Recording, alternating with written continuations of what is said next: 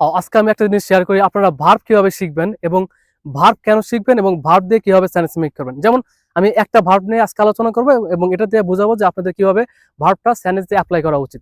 যেমন মনে করেন যে আপনি একটা ভার্ব শিখলেন ডু, এটার পাস্ট টেন্স কি, এটার ভি টু কি ডিড, আর এটার ভি থ্রি কি ডান। এখন এটাতে সেন্টেন্স মেক করেন, আমি কাজটা করি আই ডু দ্য ওয়ার্ক, আমি কাজটা করেছিলাম আই ডিড দ্য ওয়ার্ক। আর যদি ব্যাপারটা এরকম হয় রিসেন্টলি, তাহলে প্রেজেন্ট পারফেক্ট টেন্স ইউজ করবেন, I have done the work.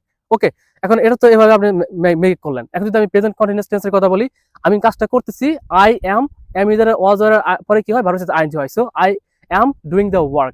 এখন যদি বলেন যে আমি কাজটা করতেছিলাম, I was doing the work. Okay, এখন আপনি যদি বলেন যে আমি কাজটা করতে থাকবো, এটা হলো ফিউচার কন্টিনিউয়াস, তাহলে হবে I will be doing the work. So আপনারা এভাবে সেন্টেন্স মেক করবেন, যত ভার্ব শিখবেন এভাবে টেন্স দিয়ে সেন্টেন্স মেক করবেন। আর যদি কোনো সমস্যা হয় অবশ্যই আমাকে জানাবেন। আর যারা স্পোকেন ইংলিশ শিখতে চাচ্ছেন আমার কাছ থেকে, আমার সাথে যোগাযোগ করতে পারেন।